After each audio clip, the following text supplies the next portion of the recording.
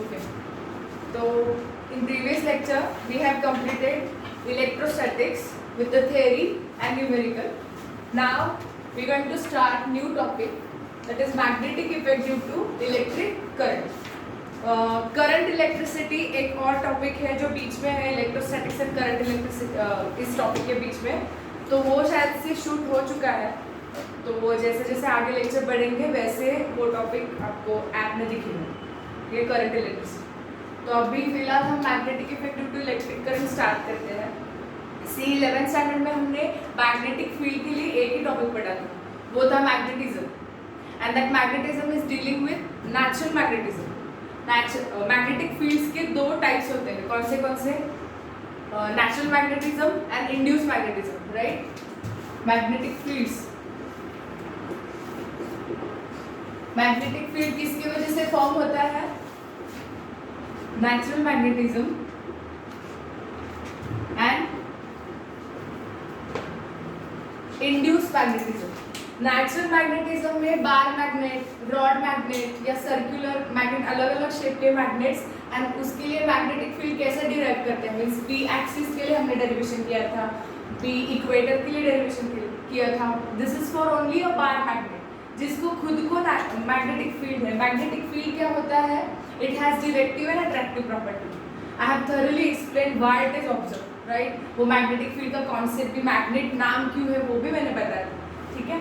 तो फिलहाल हम इस टॉपिक में इंड्यूस्ड मैग्नेटिक फील्ड की बात करेंगे, क्योंकि नेचुरल मैग्नेटिज्म का एक पार्ट है जो नेक्स्ट टॉपिक में फिर से रिपीट होगा, उसके थोड़े से अपडेटेड पॉइंट नेक्स्ट टॉपिक में फिर से पढ़ने हैं। इस टॉपिक में इलेक्ट्रिक करंट की वजह से इंड्यूसमेंट ऑफ मैग्नेटिक फील्ड कैसे हो रहा है वो डिस्कस करना है, ठीक है। तो इंड्यूस्ड मैग्नेटिक फील्ड क्या है वो पहले डिस्कस करते हैं। इस टॉपिक के नाम में ही उसका रीजन है, magnetic effect due to electric current means your magnetic field is generated due to electric current। कैसे? ओर्स्टेड का एक्सपेरिमेंट 9th स्टैंडर्ड में कर चुके हो। वो एक्सपेरिमेंट कुछ ऐसे था, this is conductor and conductor is having rate of flow of charge means current. अगर किसी कंडक्टर से करंट पास हो रहा है तो वहां पे क्या होगा?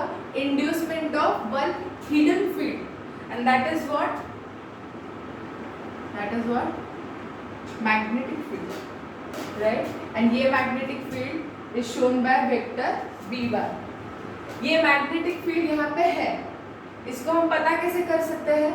Bye keeping one natural magnet nearer to this, like ये एक नीडल की तरह जो मैग्नेट होता है ना, यहाँ पे हम वो नीडल पकड़ लें, तो व्हेन मैग्नेट, ये नीडल एक मैग्नेटिक नीडल है, when this needle come closer to this current carrying conductor, it starts deflecting, and this deflection is with respect to flow of charge. इसका मैग्नेटिक फील्ड किस form में, किस direction में आ रहा है, मीन्स इसके वजह से साउथ एंड नॉर्थ जैसे पोल्स बन रहे हैं, अकॉर्डिंगली इसका south and north will arrange, and अगर इस साइड पे इस फील्ड का नॉर्थ है एंड इस मैग्नेटिक नीडल का यहाँ पे साउथ है यहाँ पे नॉर्थ है, तो नॉर्थ की वजह से ये south field will deflect back, ठीक है। तो अकॉर्डिंगली ये डिफ्लेक्शन आपको दिखेगा ड्यू टू अट्रैक्शन और due to repulsion between the poles, ठीक है। बट यहाँ पे श्योरली एक मैग्नेटिक फील्ड दूसरे मैग्नेटिक फील्ड को डिफ्लेक्ट कर सकता है। तो यहाँ पे एक नेचुरल मैग्नेटिक फील्ड है जो मैग्नेटिक नीडल के वजह से, उसकी खुद की नेचुरल प्रॉपर्टी है जो मैग्नेटिक फील्ड दिखाएगा, ठीक है। एंड यहाँ पे कंडक्टर में क्या हो रहा है? कंडक्टर खुद का एक फील्ड बना रहा है, वो क्यों है? Due to flow of charge.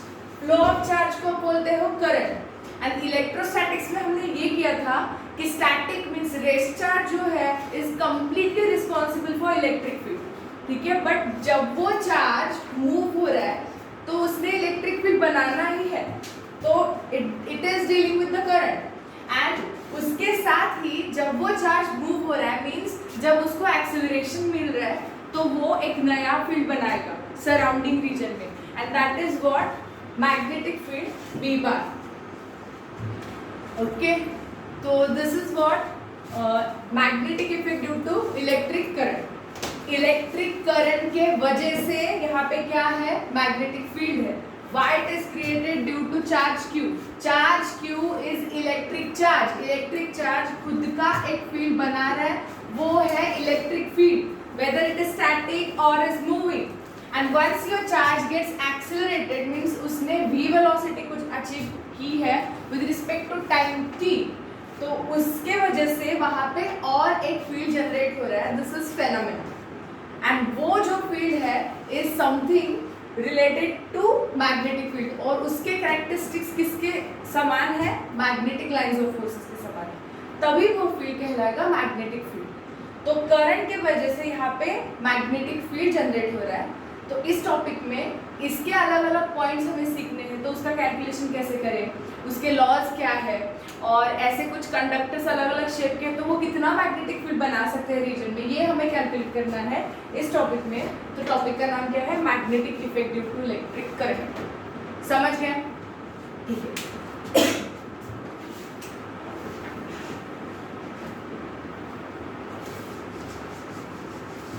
तो इसका कैलकुलेशन कैसे करें, बेसिक कॉन्सेप्ट क्या है इसका, देखो लॉरेंट्ज फोर्स मैंने बताया था, Lorentz magnetic force and Lorentz electric force. क्या होता है Lorentz electric force?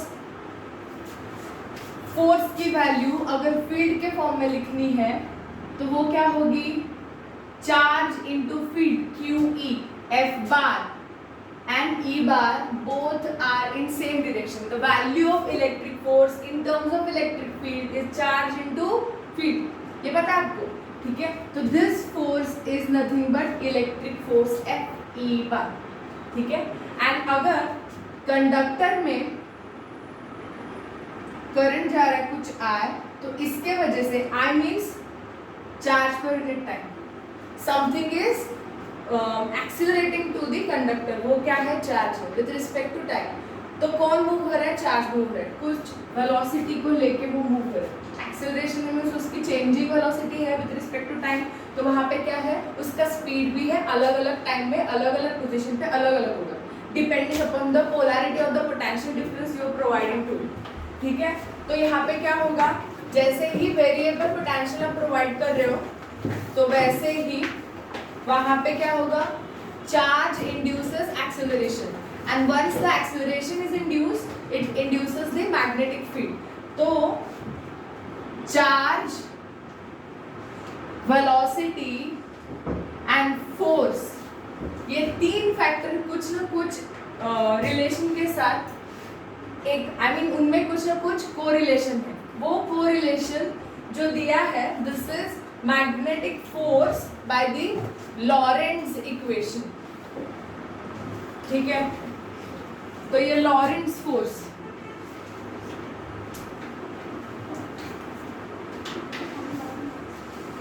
Lorentz force for magnetic field क्या होता है, is Fm bar equal to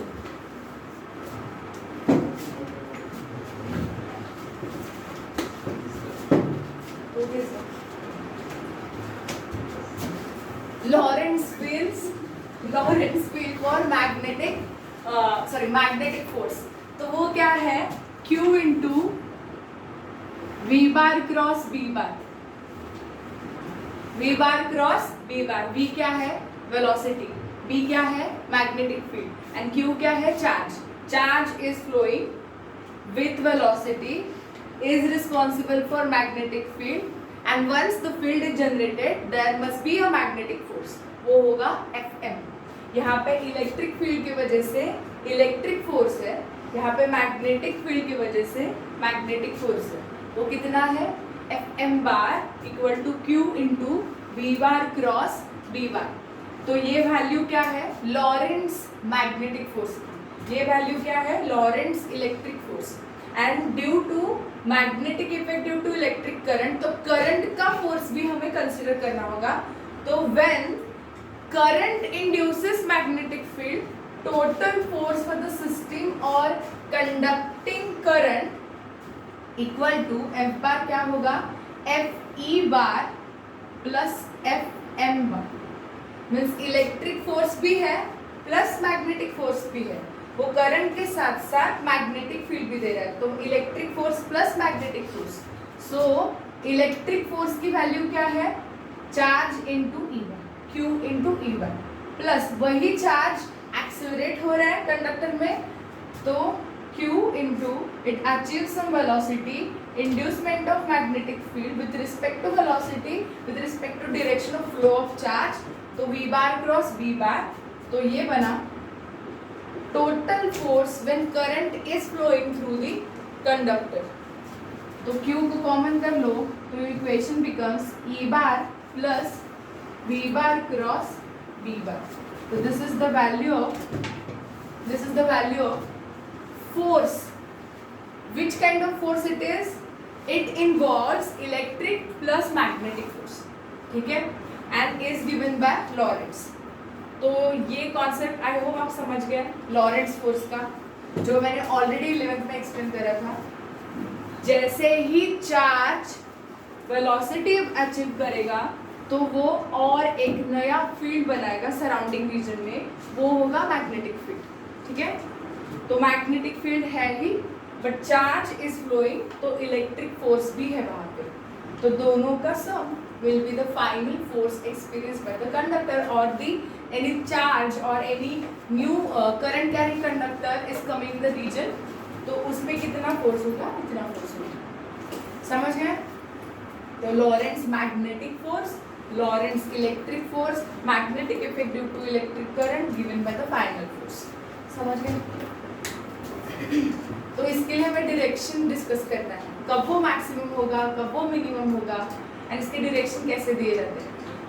10th standard में आपने ये पढ़ा होगा, फ्लेमिंग्स लेफ्ट हैंड रूल। क्या था वो? This is the difficult method, left hand rule का डिफिकल्ट मेथड। क्रॉस प्रोडक्ट से कर सकते हो ना, कैसे will discuss.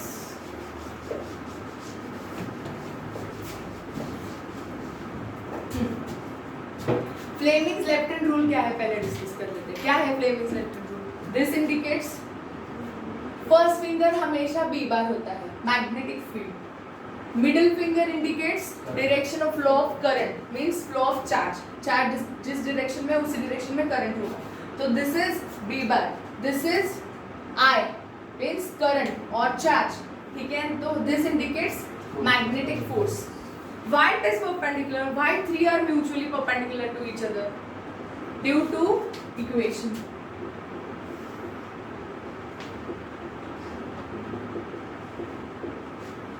Velocity of charge and your magnetic field are given by the cross product. Cross product, vector product क्या होता है? दो वेक्टर्स P बार Q बार इस डायरेक्शन की बात चल रही है, P to Q, theta will be from P to Q। तो इसके लिए अगर ये एक प्लेन में है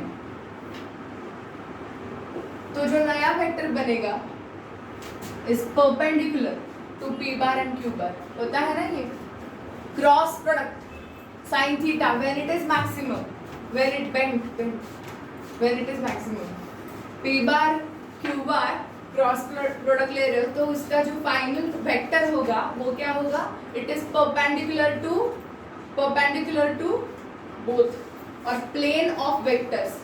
स्क्रू रूल, ओके ठीक है, भूल गए। स्क्रू रूल क्या होता है? अगर यहाँ पे वेलोसिटी और यहाँ पे मैग्नेटिक इंडक्शन, इसको ही लेके एक्सप्लेन करते हैं। वेलोसिटी एंड इंडक्शन दोनों इस डायरेक्शन में है। If your field is varying from V to B, means अगर डायरेक्शन V to B हम ले रहे हैं तो स्क्रू रूल के हिसाब से वो कैसे वर्क होगा, कैसे होगा ना, मीन्स अगर ये स्क्रू ऐसे है, ठीक है, स्क्रू रूल 11th स्टैंडर्ड, तो V to B जाना है, V to B मूव करो, स्क्रू कैसे मूव होगा, V to B, V to B, V to B, V to B, it come out, आ गया ना बाहर। तो कुछ इस डायरेक्शन में परपेंडिकुलर होगा ना, न्यू वेक्टर जो बनेगा vector product of both V bar cross B बार की जो वैल्यू होगी ये बाहर के डायरेक्शन में है, V bar cross B bar along with charge, उनकी वजह से ही है, चार्ज की वजह से ये सब हो रहा है, तो चार्ज आपको कंसिडर करना होगा।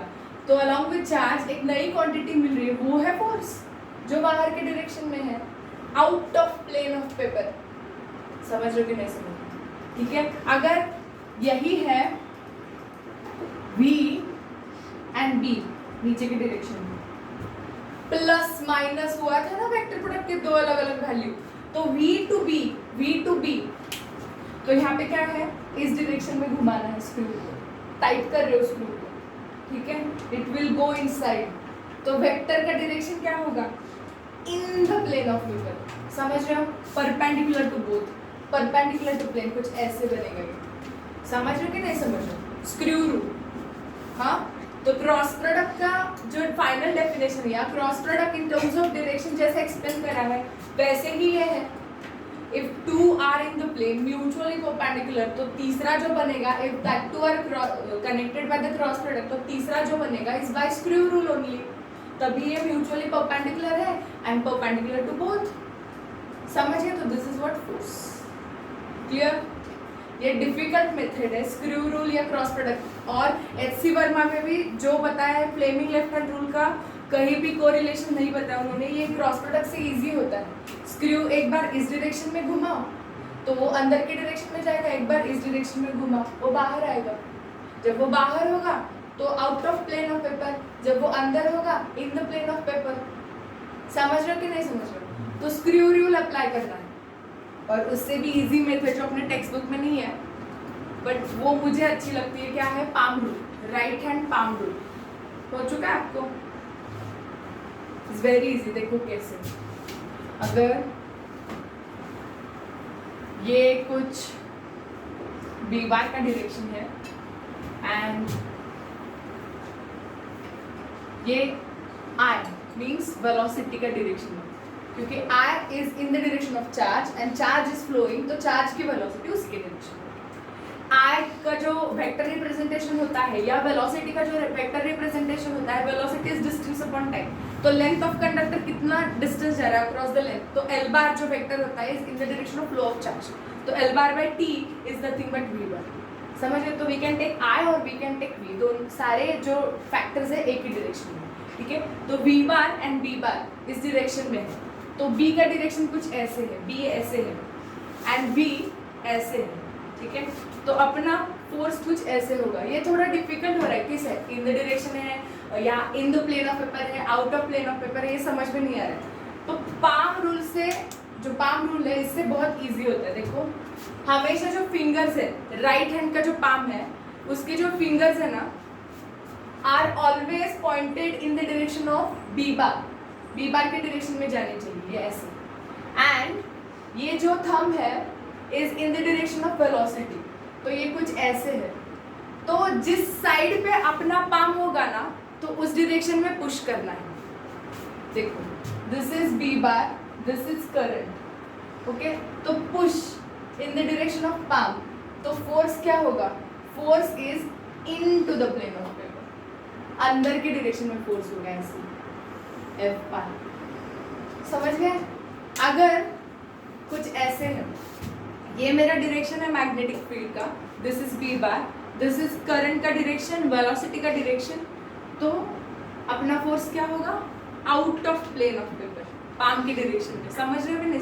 ये डिफिकल्ट है, एडजस्ट करने में डिफिकल्ट होता है, तो यहाँ पे दो ही वेरिएबल्स का यूज करना है, लास्ट इज माई फोर्स। समझ गया? Right hand palm rule, magical rule है ये। इन the direction of field, in the direction of current, in the direction of charge, in the direction of velocity, जो भी variable वहाँ पे है। तो palm indicates direction of force।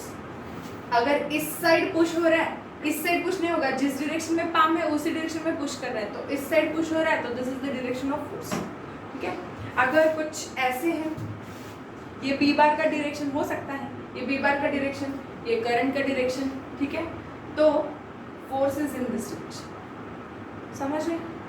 ऐसे है B bar, I bar, force is in direction. Clear? Screw rule apply करो क्योंकि क्रॉस प्रोडक्ट है, और magical right hand palm rule. Fleming left hand rule में ये यहाँ प्लेन्स समझ में नहीं आते, ठीक है। तो बेटर यूज दिस।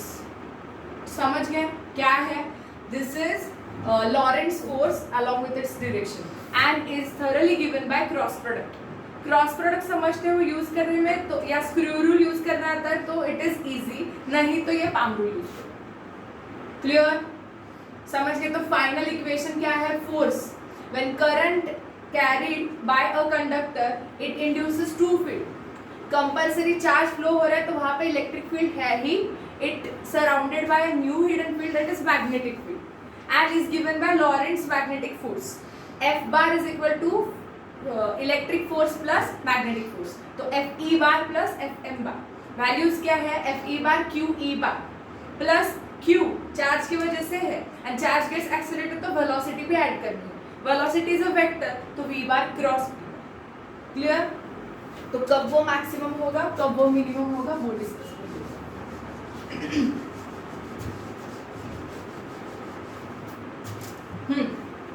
वैल्यू क्या है मैग्नेटिक फोर्स की? What is the value of magnetic force? अभी मैग्नीट्यूड डिस्कस करना है, तो F bar is equal to Q into V bar cross D bar. Cross product solve कर लो। एफ बराबर magnitude Q V B sine theta, right? तो value of force is depend on to angle between V and B that is theta. Inclination पे surely depend करेगा वो किस angle से वो इंक्लाइंड है।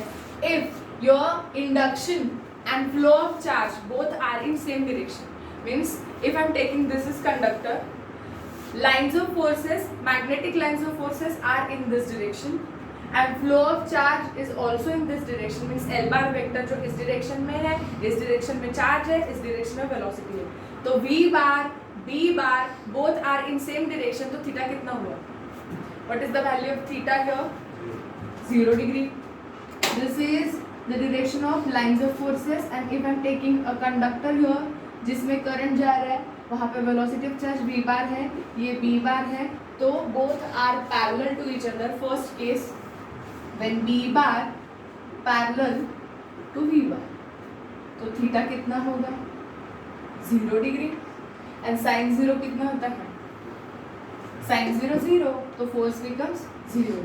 तो वहां पे magnetic force experience by the other charge और the same charge will be 0। समझ गए? अगर ये case theta is equal to 90 means these are the lines of forces which is uniform in nature, ये बी बार है, conductor को ऐसे रख लो।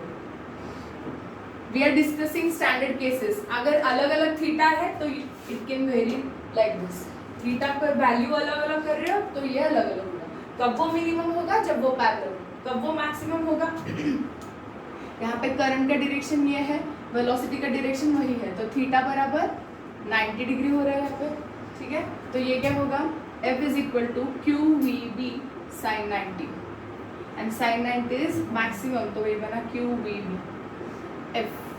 F की मैक्सिमम वैल्यू क्या है? Lorentz maximum force Q V B. When it is possible all three are mutually perpendicular to each other, तभी वो मैक्सिमम होगा। समझ गए? मिनिमम की केस क्या है? Both are in same direction और parallel. When both are perpendicular to each other, तो यही केस हमें बार बार यूज करें, इसका तो वही मीनिंग है। ठीक है, तो when all are mutually perpendicular then we will get maximum value of force. But ये जो फोर्स है यहाँ पे क्या है? V एंड B में 90 डिग्री एंगल है। दो वेक्टर्स है, उनमें एंगल अगर 90 डिग्री है तो इन दोनों की वजह से एक नया इफेक्ट फॉर्म हो रहा है, that is magnetic force. And magnetic force and velocity में कितना एंगल है? फिर से 90, क्योंकि all three are mutually perpendicular. इनमें 90 है by Fleming's left hand rule, तो वेलोसिटी एंड फोर्स और इंडक्शन एंड फोर्स तीनों में भी 90 डिग्री होगा। ठीक है, तो इन शॉर्ट अगर ये मैक्सिमम केस कंसिडर कर रहे हैं तो in short F and V दोनों में भी थीटा कितना होगा? 90 डिग्री होगा। And if that two are 90 degree can we take F bar dot V bar, क्योंकि V के अक्रॉस डिस्प्लेसमेंट हो रहा है, तो वेलोसिटी क्या है? Distance upon time. तो यहाँ पे can I take F bar dot X bar with respect to time, rate of change of. ठीक है, तो ये कुछ वर्क डन होगा। समझ रहे कि नहीं समझ रहे? Distance upon time. ठीक है, तो F bar dot X bar by T कर सकते हैं ऐसे। एंड इनमें एंगल कितना है, थीटा बराबर 90 डिग्री। तो एफ एक्स कॉस थीटा होगा, क्योंकि देखो वर्क डन क्या है, स्केलर क्वांटिटी है। तो F bar dot X bar और D F dot D X is equal to work done. अगर दो वेक्टर्स का डॉट प्रोडक्ट ले रहे हो तो जो नई क्वांटिटी होगी वो स्केलर होगी। एंड वर्क डन वेक्टर है या स्केलर है, स्केलर है। तो मुझे ये स्केलर क्वांटिटी की वैल्यू निकालनी है। उसका बेसिक डेफिनेशन क्या है, force into displacement. But I need to take, if I am talking about direction, तो I need to take dot product of it. तो F bar dot X bar की value क्या होगी, work done. Means I am trying to tell you कि how much work done will carried by the magnetic force. ठीक है, तो F bar dot X bar and dot product को resolve कैसे किया जाता है, F x cos of theta बराबर वर्क डन, राइट। बट यहाँ पे ये मैक्सिमम केस को समझ रहे हो, तो यहाँ पे थीटा कितना है, 90 डिग्री। तो यहाँ पे कॉस 90, तो वर्क डन कितना हुआ, कॉस 90 कितना होता है, 0। तो वर्क डन कितना हुआ, 0 जूल। तो it proves that when maximum magnetic force is observed at the side of conductor, then minimum work done by the magnetic force. Magnetic force क्या करेगा, it just shift the charges, it just shuffle the charges, but it will not accelerate the charge. समझिए, क्योंकि accelerated charges का effect magnetic force है, वो acceleration को नहीं बढ़ाएगा। Acceleration means change in displacement. ठीक है, अगर यहाँ पे कुछ वर्क डन होता तो चार्ज ने और कुछ डिस्प्लेसमेंट करा होता। And if displacement changes with respect to time, there must be addition of new term that is velocity. समझ रहे हो, तो वेलोसिटी यहाँ पे न्यूली फॉर्म नहीं होगी। वेलोसिटी किसके वजह से, या एक्सेलरेशन किसके वजह से होगा, इज ड्यू टू पोटेंशियल और द करंट का वैल्यू। क्योंकि magnetic effect is a effect or is a property of the current carrying conductor। वो मैग्नेटिक फोर्स और कोई नया वर्क डन वहां पे नहीं करेगा, इट जस्ट इफेक्ट। समझ गए, it gives the alignment, it just shuffle और इट डिफ्लेक्ट्स द चार्ज का डायरेक्शन। चार्ज को डिफ्लेक्ट श्योरली करेगा, समझ गए, बट उसको वो वेलोसिटी का एडिशन और सब्सट्रैक्शन नहीं कर सकता। वहां पे और ज्यादा वेलोसिटी या एक्सेलरेशन नहीं बता सकता, या डिसेलरेशन भी नहीं कर सकता।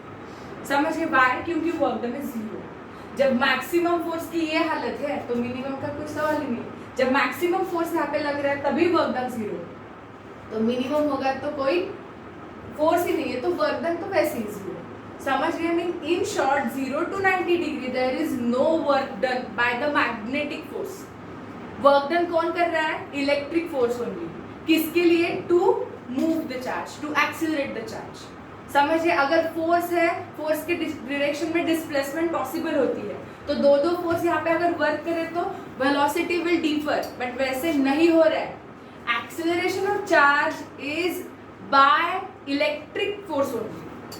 Clear, magnetic force just changes the direction, वो डिफ्लेक्ट कर रहा है उसको। Is that clear? ये केस से ये फाइनल कंक्लूजन क्या है, when it is maximum, when current carrying conductor and your field are perpendicular to each other, and in all the cases work done by the magnetic force is 0। समझ गए, कोई doubt नहीं? तो this is all about Lorentz magnetic force and the electric force, and ये सब है induced charge के लिए। तो हम ये जो वैल्यू निकाल रहे हैं, magnetic force Q into V bar cross V bar, can we use it for magnetic bars? Natural magnet के लिए यूज कर सकते हो या नहीं? Natural magnet shows natural magnetic field, वहां पे चार्ज को फ्लो होने की जरूरत नहीं है, करंट की जरूरत नहीं है। वहां पे मैग्नेटिक फील्ड क्यों है, alignment of magnetic dipole. All magnetic dipoles are oriented in one specific direction. It gives the net effect, and that net effect induces the natural magnetic field. उस सब्सटेंस की प्रॉपर्टी है, उसके जो dipoles है वैसे align होते हैं, जैसे पोलराइजेशन में देखा वैसे ही मैग्नेटिक डाइपोल्स आर अलाइन। ठीक है, तो वहाँ पे नेचुरल मैग्नेटिक फील्ड है, वहाँ पे चार्ज को फ्लो करने की जरूरत नहीं है। बट जब ये इंड्यूस किया जाता है तब हम कह सकते हैं कि Q into V bar plus V bar is the force. Clear? कोई डाउट नहीं? Okay, now next point is motion of cyclotron. Cyclotron क्या होता है?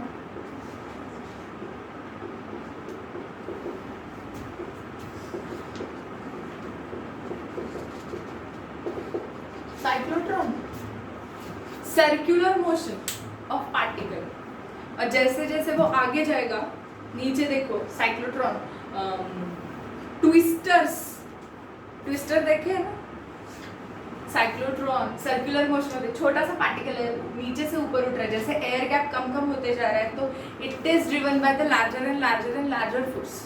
ट्विस्टर की बात चल रही है, तो ट्विस्टर क्या होगा, नीचे एक छोटा सा सर्कल ट्रेस करेगा और छोटा और बड़ा बड़ा बड़ा रेडियस बढ़ते जाएगा, जैसे ऊपर जा रहा है तो उस साइक्लोट्रॉन का रेडियस बढ़ता है ना, वही पार्टिकल है बट विथ लार्जर एनर्जी, क्योंकि एयर गैप उतना बढ़ रहा है, उतना हाई प्रेशर है, तो उतनी एनर्जी ज़्यादा होगी, जितनी एनर्जी ज़्यादा होगी उतना काइनेटिक एनर्जी ज़्यादा है, उतनी काइनेटिक एनर्जी है तो उतना सेंट्रीपिटल फोर्स ज़्यादा होगा, सेंट्रीपिटल फोर्स ज़्यादा है तो उतना वो ज़्यादा सर्कुलर मोशन में, उतनी बड़ी रेडियस के साथ mv² की वैल्यू बढ़ रही है ना, तो अल्टीमेटली वो क्या हो रहा है, उतना रेडियस घुमाते जा रहा है। तो जैसे नीचे से ऊपर उठ रहा है तो साइक्लोट्रॉन का रेडियस ऊपर तक बढ़ते जा रहा है। समझ गए? ये ट्विस्टर है, देखा होगा पानी में होता है ना, भोवरा, हाँ, दैट इज व्हाट साइक्लोट्रॉन। तो हमें क्या डिस्कस करना है, साइक्लोट्रॉन इन मैग्नेटिक फील्ड वो कैसे होगा। जब एक रेस्ट चार्ज किसी मैग्नेटिक फील्ड में इंट्रोड्यूस हो रहा है तो श्योरली योर मैग्नेटिक फोर्स उसको डिफ्लेक्ट करेगा, and that deflection is in the form of circular motion, क्योंकि necessary centripetal force for motion of charge is provided by magnetic force। वो जो मैग्नेटिक फोर्स है क्या होगी उसकी value F is equal to Q V bar cross B bar, उसको maximum होना होगा, ठीक है? तो F की वैल्यू होगी QVB sin थीटा मैक्स, तो will take maximum value of the force. तो ये जो फोर्स होगा मैग्नेटिक फोर्स किसी रेस्ट चार्ज या टेस्ट चार्ज पे आप अप्लाई कर रहे हो, मीन्स वो चार्ज किसी नए फील्ड में इंट्रोड्यूस हो रहा है तो that charge start the motion in the circular direction, वो घूमने लगा सर्कुलर पाथ में, it will not deflect from there until and unless magnetic field will not over, ठीक है? तो वो अगर सर्कुलर पाथ में घूम रहा है तो सर्कुलर मोशन के लिए which factor is important, necessary centripetal force is there, centripetal force के सिवा वहाँ पे सर्कुलर मोशन नहीं होगी। क्या है सेंट्रीपिटल फोर्स? सेंट्रीपिटल फोर्स का डायरेक्शन क्या होता है? 11th स्टैंडर्ड फर्स्ट सेकंड या third topic, centripetal force towards the centre, means attractive है, वो खींच के रख रहा है वहाँ पे, so that it trace same radius continuously, जब तक आप उस चार्ज की या उस फोर्स की एनर्जी नहीं बढ़ा रहे, ठीक है? तो वो कुछ सर्कुलर मोशन में घूम रहा है, and that circular motion requires centripetal force.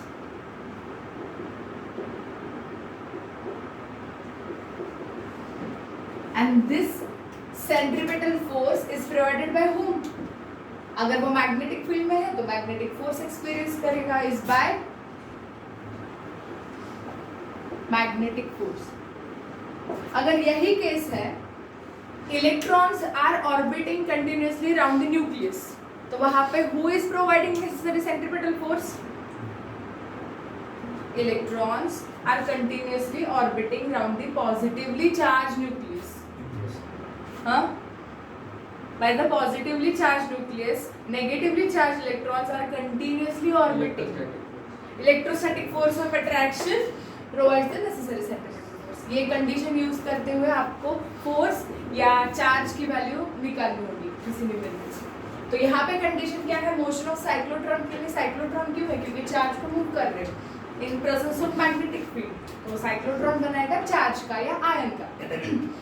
Centripetal force बराबर मैग्नेटिक फोर्स, तो सेंट्रीपिटल फोर्स की वैल्यू क्या है? If I am taking radius of this circular path is capital, ठीक है?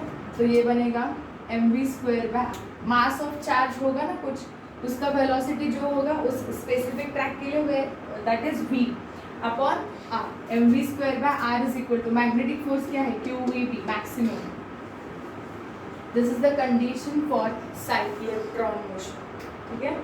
एंड यहाँ पे वेलोसिटी गेट कैंसिल, इस साइड की एक वेलोसिटी इस साइड की एक वेलोसिटी कैंसिल हो रही है, तो mv is equal to qb/r, qb/r। अगर वेलोसिटी निकालनी है, velocity is equal to qb/r। This is the velocity with which your particle or charge is performing circular motion in external magnetic field. Clear? So that is what concept of cyclotron. ये हमें use करना है cyclotron में। Cyclotron क्या होता है? Is a accelerator. Means जैसे हमने जनरेटर देखा, वैन डे ग्राफ जनरेटर देखा, वैसे ही एक्सेलरेटर है। एक्सेलरेटर का काम क्या है? आयन का एक्सेलरेशन इंक्रीज करना, मीन्स उसका स्पीड इंक्रीज करना to target on to some material, ठीक है।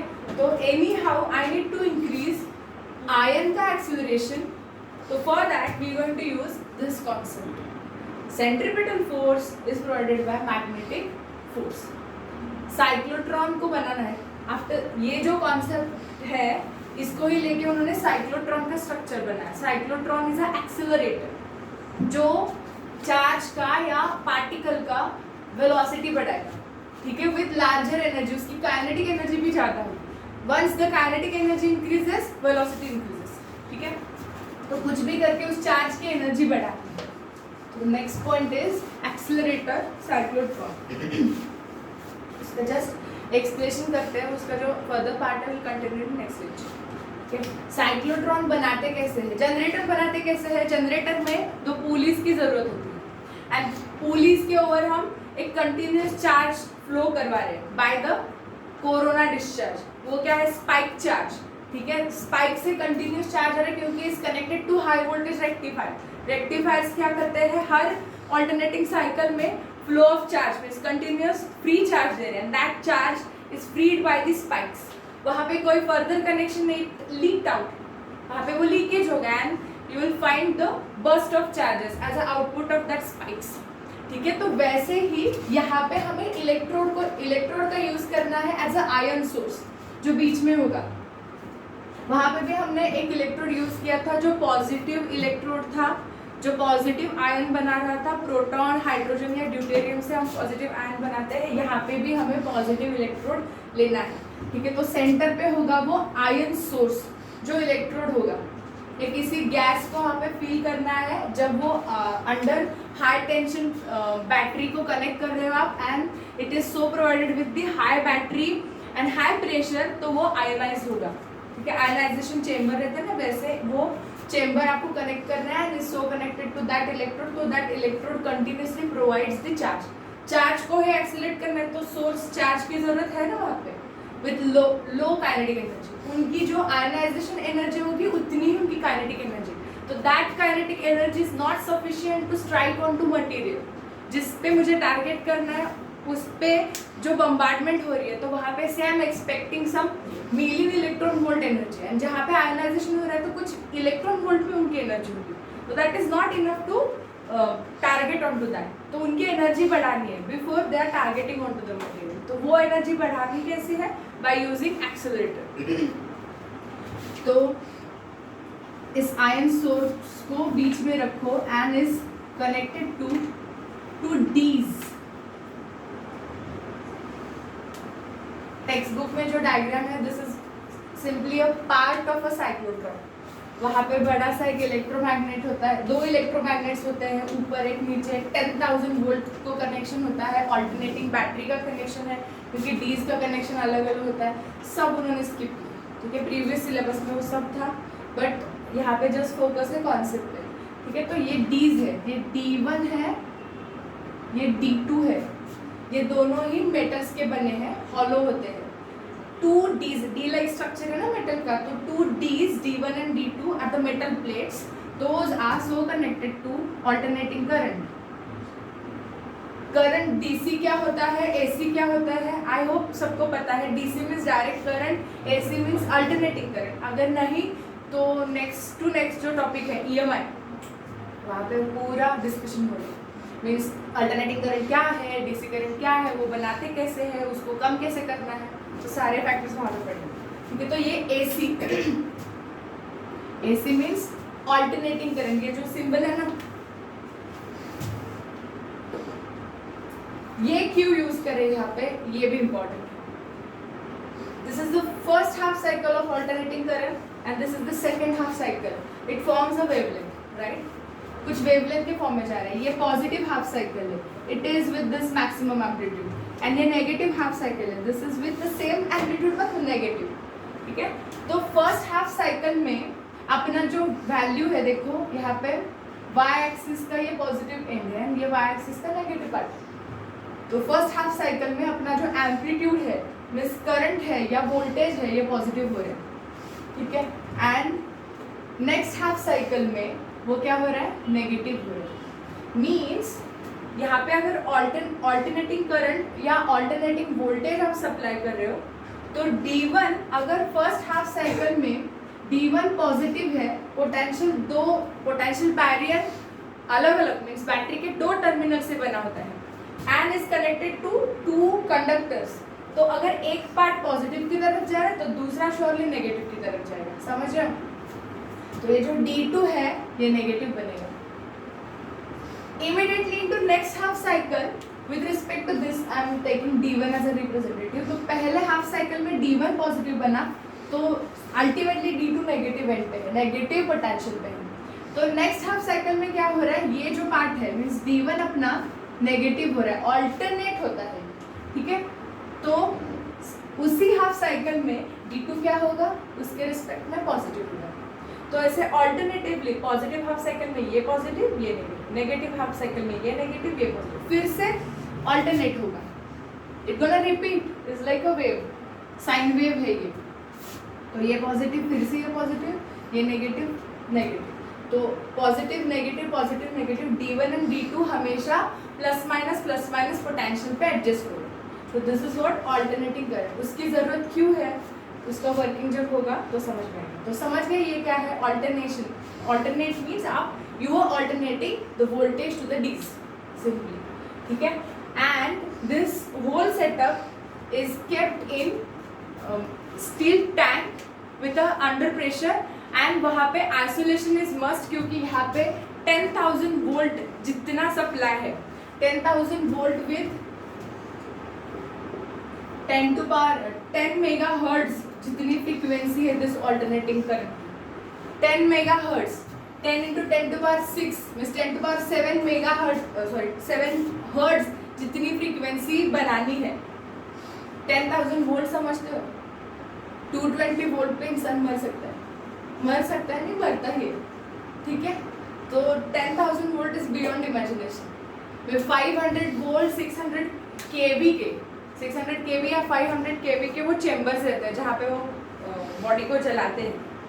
तो पूरा जला के खाक करने के लिए 500 केवी इज इनफ। तो ये 10,000 वोल्ट जितना इलेक्ट्रोमैग्नेट को आप ऑल्टरनेशन में आप करंट दे रहे हो, ultimately it induces the AC frequency of the range 10 megahertz. तो बहुत ज़्यादा एनर्जी होती है, ठीक है? तो यहाँ पे क्या होता है? इलेक्ट्रोमैग्नेट्स है, मीन्स इलेक्ट्रिसिटी को लेके, मीन्स इस पोटेंशियल को लेके, इतनी फ्रीक्वेंसी को लेके वो इलेक्ट्रोमैग्नेट्स क्या कर रहे हैं? पूरे रीजन में, उस चेम्बर में यहाँ पे क्या बना रहे हैं? मैग्नेटिक फील्ड इंड्यूस कर रहे हैं, means lines of forces, magnetic lines of forces are allowed for this region only. ये जो मेटल्स है ना D1 and D2, they are completely surrounded by the magnetic field. वो कितना बनेगा? Around, not exactly 1.5 tesla, according to your textbook is 1.5 tesla, but अगर continuously 10 megahertz की frequency आप दे रहे हो, 10,000 वोल्ट का अगर वोल्टेज आप दे रहे हो, तो it may go beyond 1.5 Tesla. Standard जो है ना acceleration for the target nuclear testing का जो एक्सेलरेशन है इज सेटअप फॉर 1.5 टेस्ला, ठीक है? तो 1.5 tesla is expectation for the acceleration, enough energy होती है। तो से I am taking 1.5 tesla is the magnetic field is created due to electromagnets, and जो है is linked with these two D1 and D2। तो वहाँ पे मैग्नेटिक फील्ड है, मैग्नेटिक फील्ड होना ही, ठीक है? तो that field produces magnetic force, and that magnetic force motivates your charge to move into the circle. समझ गए. एंड यहाँ पे क्या है, आयन है. आयन जो हमें टारगेट करना है आगे जाके. यहाँ पे एक विंडो होगी लास्ट, ये यहाँ पे टारगेट होगा जहाँ पे मुझे वो स्ट्राइक करवाने हैं by gaining some kinetic energy. तो यहाँ से वो आयन सोर्स बाहर निकल के आएंगे. ये D1 is at positive potential, D2 is at negative potential, alternate होते जाएंगे. And this is magnetic field. तो वहाँ पे क्या हो रहा है, जैसे ही आयन बाहर निकल के आ रहा है, it start experiencing magnetic field. Once it start experiencing magnetic field, magnetic force motivate that charge to move into the circle. And यहाँ पे क्या है, D मीन्स सेमी सर्कल है. तो वो जब यहाँ पे पॉजिटिव आयन चार्ज हम यूज करें तो पॉजिटिव आयन यहाँ पे पहले साइकिल में ये पॉजिटिव है, ये नेगेटिव है. तो positive ion surely attract to the negative D. ये पॉजिटिव आयन यहाँ से निकला, उसने मैग्नेटिक फील्ड एक्सपीरियंस करा है.